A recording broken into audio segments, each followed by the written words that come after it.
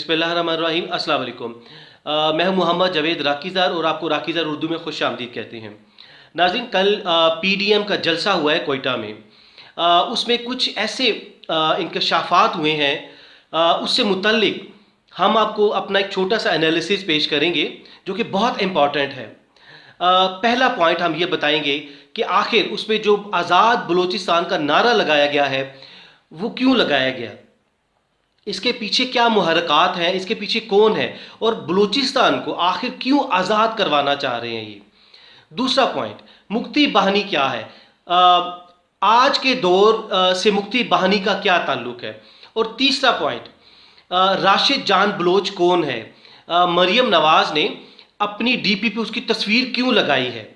ये तीनों पॉइंट्स हम आपको आज इस वीडियो में इसको डिस्कस करेंगे, इसको एनालाइज करेंगे। नाज़रीन, सबसे पहले आपको बताते हैं कि कल पीडीएम के जलसे में जो कि कोयटा में हुआ, तो मौलाना फजल रहमान के पार्टी के एक मेंबर है अवैस नूरानी, उसने ये कहा है कि हम आज़ाद बलूचिस्तान चाहते हैं। तो नाज़रीन, आज़ाद बलूचिस्तान का मकसद ये है कि कई दहाइयों से, जब से पाकिस्तान बना है, बलूचिस्तान को आज़ाद करवाने के लिए भारत, यानी कि बलूचिस्तान को पाकिस्तान से अलहदा करवाने के लिए भारत, अमेरिका और इसराइल इसमें कई दहाइयों से दहशत गर्दी करवा रहे हैं और इसको आज़ाद करवाना चाह रहे हैं, इसको पाकिस्तान से अलग करवाना चाह रहे हैं। आज़ाद बलूचिस्तान, ये पाकिस्तान से अलग बलूचिस्तान को करने का मकसद क्या है। नाज़रीन देखिए, बलूचिस्तान बहुत इंपॉर्टेंट है पाकिस्तान के लिए और दुनिया के लिए।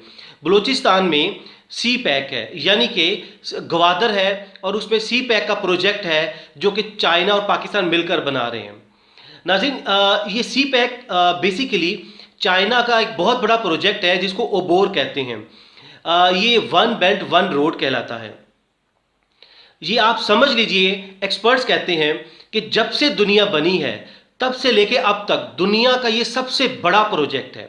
इस प्रोजेक्ट में है क्या, बेसिकली चाइना पूरी दुनिया को, खासकर जो 3 बड़े आज़म हैं, टोटल 7 बड़े आज़म है दुनिया में, लेकिन 3 जो बड़े आज़म है वो सबसे बड़े बड़े आज़म हैं, जिसमें एशिया, यूरोप और अफ्रीका आता है। चाइना इन तमाम बड़े आज़म को सड़क के ज़रिए, रोड के ज़रिए कनेक्ट कर रहे हैं, यानी कि एक ट्रक ग्वादर से चलेगा और वो अपना सामान सारा बेचकर अफ्रीका तक होकर वो वापस आ जाएगा, जिसकी कॉस्ट बहुत कम पड़ेगी अगर उसको समुद्री रास्ते से हम तिजारत करते हैं या हवाई रास्ते से तिजारत करते हैं। तो ये तिजारत चाइना और पाकिस्तान को बहुत सस्ती पड़ेगी और पूरी दुनिया में ये बहुत बड़ा रेवोल्यूशन आ रहा है। तो बलूचिस्तान को टारगेट करने का मकसद, उसको पाकिस्तान से अलहदा करने का मकसद ही यही है कि सी पैक को टारगेट किया जाए, क्योंकि ओबोर की जो जान है वो सी पैक में है। तो इसीलिए बलूचिस्तान को आज़ाद करने का जो नारा है ये कल इन्होंने लगा दिया है, ये पीडीएम वालों ने, ये बिल्ली थैले से बाहर आ चुकी है। इसका मकसद ही यही था कि बलूचिस्तान को आज़ाद करवाया जाए, पाकिस्तान से अलग करवाया जाए और सी पैक को, अल्लाह ना करे, उसको तबाह किया जाए और ओबोर जो चाइना का सबसे बड़ा प्रोजेक्ट है, दुनिया का सबसे बड़ा प्रोजेक्ट है, उसको तबाह किया जाए, उसको निशाने पर रखा जाए और चाइना को सुपर पावर बनने से मना किया जाए, उसको रोका जाए। नाज़रीन, दूसरा पॉइंट है मुक्ति बहानी का। बेसिकली भारत पाकिस्तान से जंग नहीं जीत सकता। उसने 65 में अटेम्प्ट की और उसको मुंह की खानी पड़ी। Conventional war, hybrid war, 5th generation war, कुछ भी हो, वो नहीं जीत सकता। भारत ने 1971 की वॉर में क्या किया, एक तंजीम बनाई जो कि दहशत गर्दों पर मुश्तमिल थी, जो मुक्ति बहानी कहलाते थे। उनको मशरकी पाकिस्तान, बांग्लादेश में जो उस वक्त मशरकी पाकिस्तान था, उसमें शामिल किया आम सिविलियन के रूप में, और फौज और पाकिस्तानियों के दरमियान गलत फहमियाँ पैदा की और उनको मिसलीड किया गया कि फ़ौज बंगालियों की इज़्ज़तों को पामाल करती है, उनकी जायदादों को तबाह करती है और लूटती है। हालांकि ये तमाम मुक्ति बहानी के जो गुंडे थे, जो भारत के रॉ के गुंडे थे, ये वो कर रहे थे। तो ये फ़ौज और आवाम के दरमियान ये खलाब और गैप वो पैदा करने में कामयाब हो गए, जिसका नतीजा ये हुआ कि अवाम और फ़ौज के दरमियान एक गैप आ गया। और चूँकि फ़ौज हमेशा लड़ती है अवाम की सपोर्ट से, जो अवाम की नज़र में फ़ौज हीरो होते हैं, जब फ़ौज को ज़ीरो कर दिया जाए تو فوج وہ جنگیں نہیں جیت پاتی. اس کی اکثر مثال ہم آپ کو دیتے ہیں عراق کی وار کی. عراق اتنا بڑا اس کا ڈیفنس بجٹ تھا، $80 بلین سے زیادہ تھا.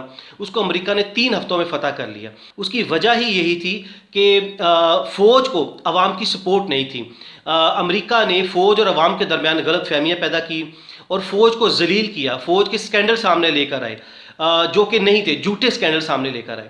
تو پھر کیا ہوا کہ جب فوج لڑ رہی تھی امریکہ سے تو فوج عوام کے دلوں میں فوج کے لیے نفرت تھی، تو اس لیے امریکہ نے اس کو بآسانی جیت لیا. ادھر آج کے دور میں یہ مریم نواز، مولانا فضل الرحمان اور بلاول، یہ تینوں مکتی باہنی کا رول ادا کر رہے ہیں. اور ہم آپ کو شبہ ظاہر کرتے ہیں کہ اللہ نہ کرے وہ وقت نہ آئے، لیکن ہمیں لگ رہا ہے کہ اللہ نہ کرے جب بھارت اور پاکستان کی جنگ ہوگی تو یہ نون لیگ، پیپلز پارٹی اور مولانا فضل الرحمان کی، ان کی برگیڈ جو ہیں، ان کے جو ممبرز ہیں، ان کے لوگ ہیں، یہ پاکستانی فوج کے خلاف لڑیں گے. اللہ نہ کرے ایسا ہو.